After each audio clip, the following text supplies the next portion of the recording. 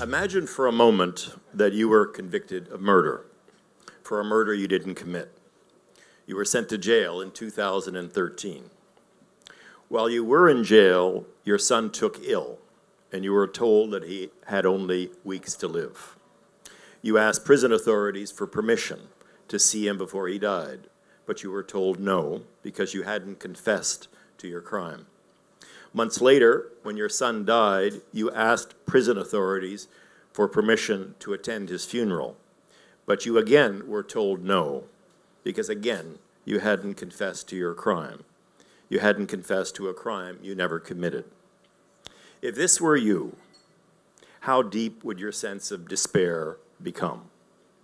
When we look closely at Canada's vulnerable population, often anonymous and alone, how many times in our country has this story played out in this way?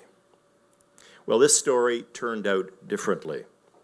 This person was neither anonymous nor alone. Her name was Connie Oakes, a Cree woman wrongfully convicted of murder by a jury in Medicine Hat, Alberta. But remarkably, she was freed from jail last April, largely as a result of an investigation by the Aboriginal People's Television Network.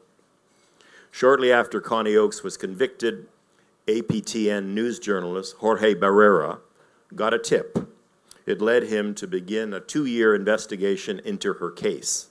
This investigation ultimately led to Connie Oakes' freedom. His reporting revealed that there was no actual evidence against her. The police and the Crown relied on a flawed statement implicating Connie Oakes that the police bullied out of an acquaintance of hers. Incredibly, this was all accepted by the jury, which, by the way, had no single First Nation person on it. The APTN investigation not only revealed the truth about this case, it placed an unflinching spotlight on the flawed justice system in Medicine Hat and in Alberta and the rest of Canada as a whole for their treatment of Canada's vulnerable. The APTN investigation exposed a police and justice system that was all too willing to hand an Indigenous woman a life sentence without any hard evidence to back up the case.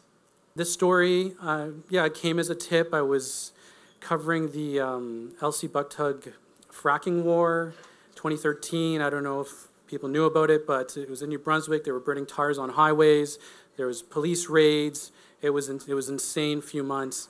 And I got a phone call from somebody who said that their relative told them that their relative had been wrongfully convicted for murder. And it intrigued me because this person wouldn't have contacted me if there wasn't something to it.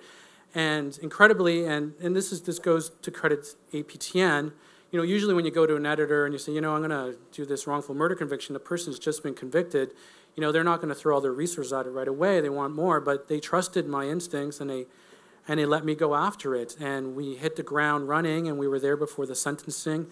And this story, took me into the underbelly of Medicine Hat because, I had to, number one, find out the legitimacy of Connie Oakes' innocence claim. So I had to find people who knew her. And there's a whodunit aspect to this as well. Well, if she didn't do it, then who did it? So, it took me to meetings with, drug dealers outside of Tim Hortons, in hotel rooms of drug addicts, meeting this woman who was a long time, in the motorcycle gangs. Her name was Hunchback D, and she knew everything and everybody, and she had these Rottweilers that protected her. And and she would start, and it was all about trying to find the nuggets and the threads that she would start to go down. But the story also showed how systemic flaws, a justice system that fails, and it failed at a number of levels. It failed at the police level, it failed at the Crown level, it failed at the justice level, the judge level, because how this whole case was built on the testimony of a woman with an IQ of 50. And I don't know if you watched Making of a Murderer, but Brendan Dassey, the nephew, in that had an IQ of 60. So that gives you a sense of just what the situation was in terms of the intellectual capacity of the person who an entire murder case was built upon. And as you saw, the whole issue around the son, and even around all this pain, all this darkness, all this injustice, there was this beautiful moment, and it only lasted a moment, and it was their wedding. Joseph married his longtime sweetheart, his high school sweetheart, Courtney. They had a child, 3 years old at the time, and they married in the front yard of their family ranch. And a week later, Joseph died, and I talked to him before he died.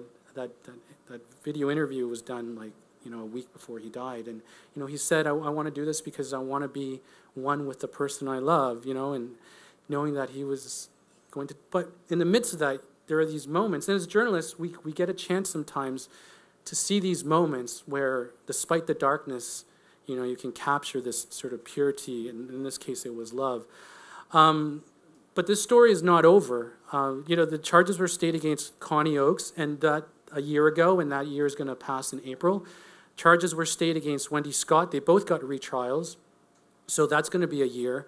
But there's still, from our investigation, it looks like there is still a killer out there, and there's other people who know about that, who that was.